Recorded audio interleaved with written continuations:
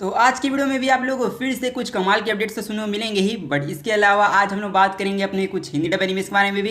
इसलिए मेरी मानो तो आप लोग आज की इस वीडियो को शुरू से लेकर आखिर तक जरूर देखना। और अब चलो ज्यादा टाइम वेस्ट ना करते हुए आज की इस वीडियो को स्टार्ट करते हैं। तो सबसे पहले अपडेट में बात करें जो आता है अपनी एनिमे मूवी हाइकू को लेकर, क्योंकि यहाँ पे आप लोग पता है तो बता दो कि आज फाइनली हाइकू मूवी इंडिया में रिलीज हो चुकी है। और यहाँ पे अनफॉर्चुनेटली जैसा पहले हुआ था इस बार फिर से वही हो रहा है, क्योंकि देखो ये मूवी रिलीज तो हो गई लेकिन इसकी सही तरीके से मैनेजमेंट नहीं की गई। मतलब लिटरली मेरे यहाँ तो सिर्फ 2 ही शो चल रहे हैं और वो दोनों के दोनों ही हाउसफुल है। इसलिए अभी इस मूवी को मैं डायरेक्ट संडे को देखने जाऊंगा और जब देखने जाऊंगा तो रिव्यू कर दूंगा। बट अगर आप लोग इस मूवी को देखना चाहते हो और अगर आप लोग जानना है कि मूवी कौन कौन सिटी में लगी है तो उन सारे सिटीज के नाम आप लोग के स्क्रीन पर शो होते ही होंगे, तो आप लोग वीडियो को पॉज करके पढ़ लेना। अब वैसे यहाँ पे एनिमे मूवीज के बारे में बात करें और हायाओ मियाजाकी का नाम ना है तो ऐसा तो हो ही नहीं सकता है, क्योंकि यहाँ पे लिटरली एक ऐसे इंसान है जो कभी ब्रेक लेते ही नहीं है। क्योंकि यहाँ पे अभी रिसेंटली में इन्होंने कहा था कि boy in the hero movie इनकी लास्ट मूवी होगी और उसके बाद ही प्रोबेबली रिटायर करने वाले थे। बट अभी इनके बेटे के साथ इनकी एक रिसेंट इंटरव्यू आई जहाँ पे उन्होंने कहा है कि वो फिर से एक न्यू मूवी के ऊपर काम कर रहे हैं। और गेस व्हाट, इस मूवी के अंदर हो सकता है कि आप लोग डिसअपॉइंट ना हो, क्योंकि अगर आप लोग एक्शन वगैरह के फैन हो तो मैं बता दूं कि हायाओ मियाजाकी नेक्स्ट मूवी के लिए एक्शन और एडवेंचर वाला कॉन्सेप्ट का यहाँ पे प्लानिंग कर रहे हैं। मतलब नेक्स्ट मूवी जो इनकी आएगी वो एक्शन और एडवेंचर वाली होगी,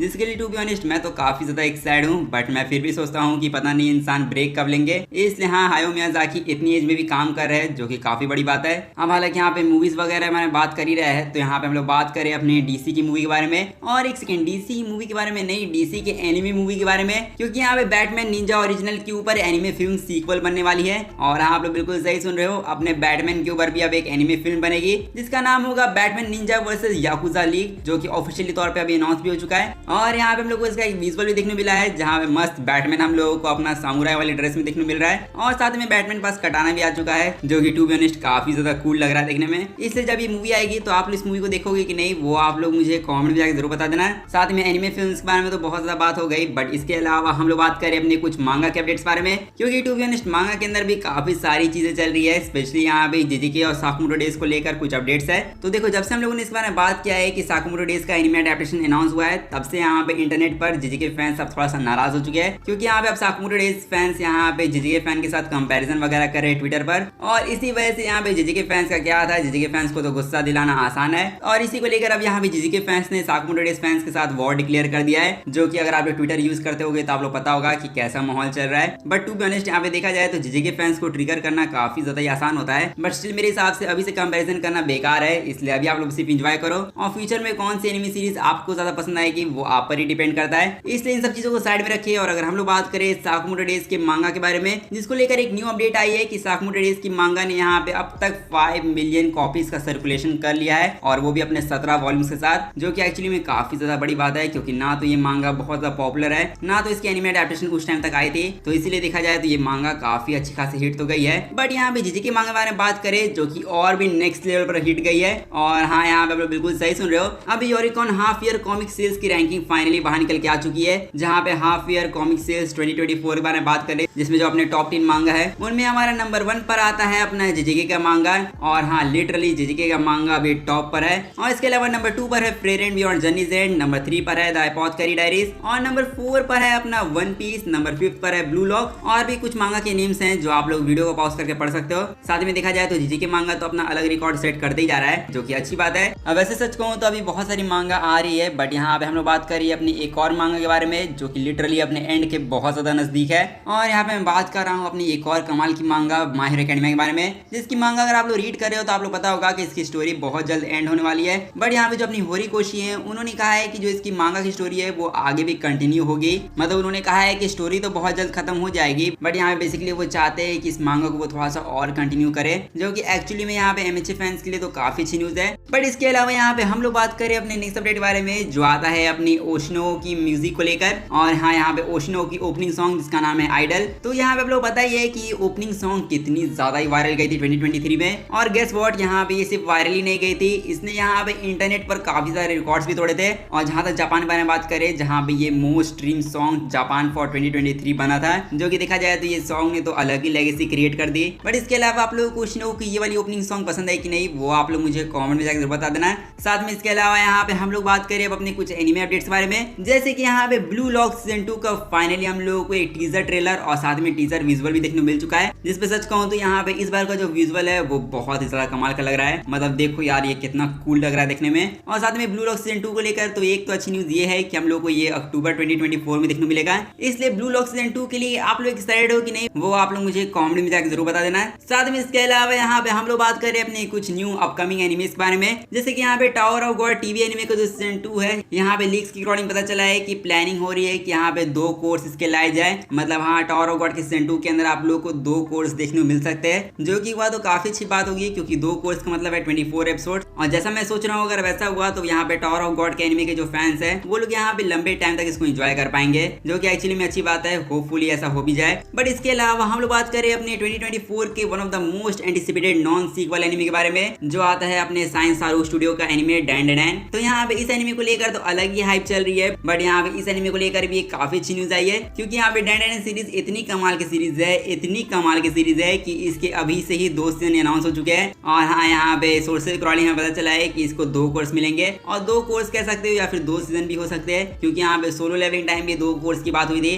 बट लास्ट में हमें पता है कि सोलो लेवलिंग का सीजन 2 अनाउंस हो गया था। इसलिए डैन डैन की सीजन 1 के बारे में बात करें, जिसके अंदर अप्रोक्सीमेटली 12 एपिसोड्स होंगे, और यहाँ पे डैन डैन का सीजन 1 जैसे ही खत्म होगा उसका सीजन 2 भी अनाउंस हो जाएगा, जो कि देखा जाए तो सीजन 1 को आने में भी इतना ज्यादा टाइम है, बट सीजन 2 अभी से अनाउंस हो गया। जिस पर आप लोग हमेशा यही सोचते हो कि आखिरकार डैन डैन और साकुमोटो डेज के अंदर ऐसा है ही क्या जिसके लिए लोग यहाँ पे इतना एक्साइटेड हो रहे हैं। मतलब ऐसा काफी सारे लोग सवाल पूछ रहे हैं, जिस पर मैं आप लोग यही कहूंगा कि अगर आप लोग काइजू नंबर 8 के फैन हो, क्योंकि मैं देख रहा हूँ आजकल काइजू नंबर 8 सबको बहुत ज्यादा पसंद आ रहा है, और इसीलिए अगर आप लोग काइजू नंबर 8 के फैन हो तो यहाँ पे मैं आप लोग बता दूं कि डैन डैन और साकुमोटो डेज एनिमे के अंदर भी आप लोग को इतना ही मजा आएगा जितना काइजू नंबर 8 में आया है। और सीरियसली मैं मजाक नहीं कर रहा हूँ, क्योंकि यहाँ पे आप लोग को इतना तो मजा मिलेगा ही, बट साथ में हो सकता है कि काइजू नंबर 8 से भी ज्यादा मजा आप लोगों को इन दोनों एनिमेज में आए, जो कि हाँ, यहाँ पे मैं कोई कंपैरिजन वगैरह नहीं कर रहा हूँ, मैं बस बता रहा हूँ कि आप लोग इन एनिमेज को अंडर एस्टिमेट मत करो, क्योंकि यहाँ पे ज्यादा मैं बस एक ही चीज कहूंगा कि आप लोग साकुमोटो डेज एनिमे और साथ में डैन डैन एनिमे के लिए बिल्कुल भी रेडी नहीं हो। इसलिए जिस तरीके से काइजू नंबर 8 ने आप लोगों को बहुत ज्यादा हैरान किया है, उसी तरीके से ये दोनों एनिमेज भी आप लोगों को हैरान करके रख देंगे। इसलिए आप लोग इन दोनों एनिमेज के लिए एक्साइटेड हो कि नहीं, वो आप लोग मुझे कमेंट में जाकर जरूर बता देना। साथ में यहाँ पे हम लोगों ने अपने सारे अपडेट्स के बारे में बात कर लिया, तब हम लोग बात करें अपने कुछ हिंदी डब एनिमेज के बारे में, जिसमें सबसे पहले एनिमे के बारे में बात करें जो आता है अपना डॉक्टर स्टोन का एनिमे, जिसको लेकर आप लोगों को अभी तक पता है तो बता दूं कि डॉक्टर स्टोन का सीजन 1 का जो एपिसोड 1 से लेकर 12 है वो यहाँ पे हिंदी, तमिल और तेलुगु डब के साथ अब क्रंचीरोल पर स्ट्रीम हो रहा है। और हाँ, फाइनली ये क्रंचीरोल के ऊपर अब रीजनल डब के साथ स्ट्रीम तो हो रहा है। बट यहाँ पे आप लोग सवाल होगा कि इसका हिंदी डब अच्छा है कि नहीं, क्या इसका हिंदी डब बेकार है। तो यहाँ पे देखो, मैं आप लोग को अपना पर्सनल ओपिनियन बताऊं इस एनिमे के डब को लेकर, तो यहाँ पे मैं इसके हिंदी डब को परफेक्ट तो नहीं कहूंगा, बट स्टिल इसका डब बहुत ज्यादा अच्छा है। मतलब जितना मैंने क्रंचीरोल से एक्सपेक्ट किया था, क्रंचीरोल ने उससे अच्छी डबिंग की है। और एक तो यहाँ पे मैं तारीफ करना चाहूंगा अपनी डबिंग कास्ट की, क्योंकि जो डबिंग कास्ट है वो भी काफी सही लगी मुझे। और इसके अलावा मैं जानता हूँ आप लोगों को एक वॉइस से सबसे ज्यादा प्रॉब्लम है, वो है अपने सेंकू की वॉइस से।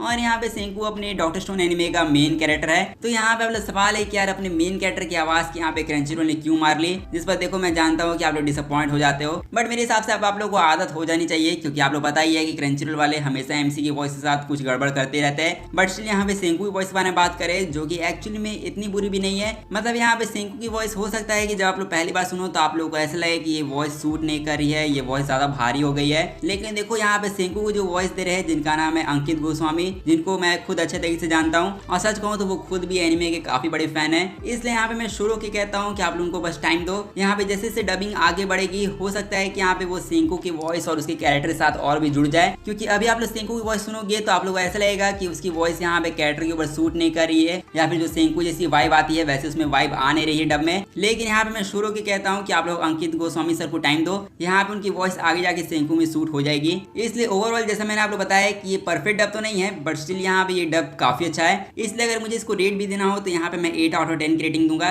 बट यहाँ पे अगर आप लोग इसके डब को रेट देना है तो आप लोग क्रंचीरोल के ऊपर जा सकते हो। मैं जानता हूँ काफी सारे ऊपर सब्सक्रिप्शन वगैरह नहीं होता है, बट स्टिल अगर आप लोग पास सब्सक्रिप्शन नहीं है तो मैं बता दूं कि डॉक्टर स्टोन के स्टार्टिंग के जो 3 एपिसोड्स है वो अभी फ्री में डब में अवेलेबल है। तो आप लोग 3 एपिसोड को सैंपल की तरह जाके देख सकते हो, और देख के फिर आप लोग जज करना कि इसका हिंदी डब अच्छा है या नहीं। साथ में आप लोग इसको कितनी रेटिंग दोगे वो आप लोग मुझे कमेंट में जाकर जरूर बता देना है। साथ में जानता हूँ कि आप लोग पूछोगे कि डॉक्टर स्टोन की सीजन 1 के जो बचे हुए एपिसोड्स है वो कब तक आएंगे, तो मैं बता दूं कि एपिसोड 13 से लेके जो 24 एपिसोड्स है वो हम लोग क्रंचीरोल के ऊपर 26 जून को देखने को मिलेंगे। मतलब जून के महीने में ही आप लोग उसके सीजन 1 के बचे हुए एपिसोड देखने को मिल जाएंगे, जो कि अच्छी बात है, आप लोग एंजॉय करो। और यहाँ पे हम लोग बात करें अपने एक ऐसे प्लेटफॉर्म बारे में जो कि हिंदी डब के अंदर कभी भी डिसअपॉइंट नहीं करता है। और मेरे कहने का मतलब ये है कि हम लोग काफी सारे प्लेटफॉर्म को देखते हैं जो कि हिंदी डब में गड़बड़ करते ही रहते हैं, बट यहाँ पे एक प्लेटफॉर्म है जिसकी हिंदी डब को लेकर मुझे आज तक तक एक बार भी शिकायत नहीं आया। और यहाँ पे आप लोग समझ गए होंगे कि मैं किस प्लेटफॉर्म बारे में बात कर रहा हूँ। मैं यहाँ पे बात कर रहा हूँ अपनी म्यूज की कंपनी बारे में, क्योंकि यहाँ पे म्यूज इंडिया की डबिंग जो है वो नेक्स्ट लेवल पर तो होती ही है और इसका प्रूफ हमें Spy x Family, rent a girlfriend और जुंजी तो कलेक्शन से मिल ही गया है। इसलिए म्यूज इंडिया को तो अंडर एस्टिमेट करना फालतू है। बट यहाँ पे सवाल ये रहा कि म्यूज इंडिया वाले और कौन कौन से एनिमेस फ्यूचर में डब करेंगे, क्योंकि यहाँ पे ये कोई लीक्स तो नहीं है, लेकिन एक तरह से कह सकते हो कि ऑफिशियल अपडेट आया है। क्योंकि अभी रिसेंटली में एनिमे हंच ने यहाँ पे म्यूज कम्युनिकेशन के वाइस जनरल मैनेजर और साथ ही में डायरेक्टर इंडिया जूलिया चैंग के साथ यहाँ पे अभी इंटरव्यू रखा था एनिमे हंच ने, जहाँ भी इस रिसेंट इंटरव्यू में हमें बहुत सारी चीजें जानने को मिली कि कौन कौन से एनिमेस डब में आने वाला है। स्पेशली यहाँ पे सिर्फ हिंदी डब के बारे में बात नहीं कर रहा हूँ, रीजनल लैंग्वेज के बारे में बात कर रहा हूँ, जहाँ पे खुद हम लोगों को म्यूज कम्युनिकेशन तरफ से ही जानने मिला है कि स्पाइक्स फैमिली का सीजन 2, स्लाइम सीजन 3 और साथ ही में मोसोको टेंसाई के सीजन 2 कोड 2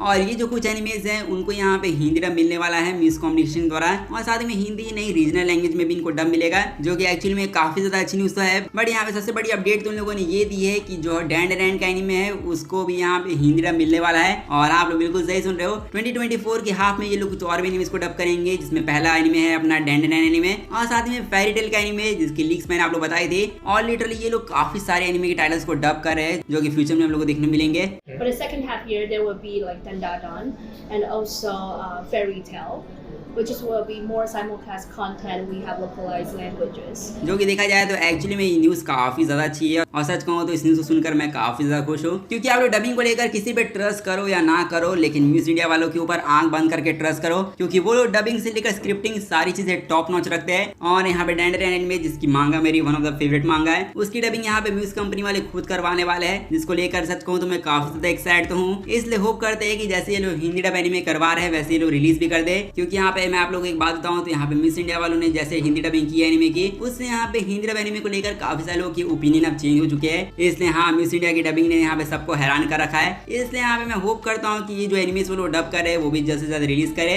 इसलिए यहाँ पे आप लोग म्यूज इंडिया के हिंदी डब एनिमेस के लिए एक्साइटेड हो कि नहीं, वो आप लोग मुझे कमेंट में जाकर जरूर बता देना। साथ में म्यूज इंडिया वालों को आप लोग सपोर्ट भी करो, जिससे वो लोग और फ्यूचर में एनिमेस लाएं। और साथ में हमारे जो आज के अपडेट्स थे वो बस ये तक थे। होप करता हूँ कि आप लोग को आज का वीडियो अच्छा लगा होगा। तो अगर आप लोग को आज की वीडियो के अपडेट्स अच्छे लगे तो जाके इस वीडियो को लाइक कर दो और साथ ही में चैनल को भी जाके सब्सक्राइब कर दो ऐसी ही अमेजिंग कंटेंट के लिए। और अब मैं मिलता हूँ आप लोगों से बस ऐसी ही अगली वीडियो में, तब तक के लिए गुड बाय।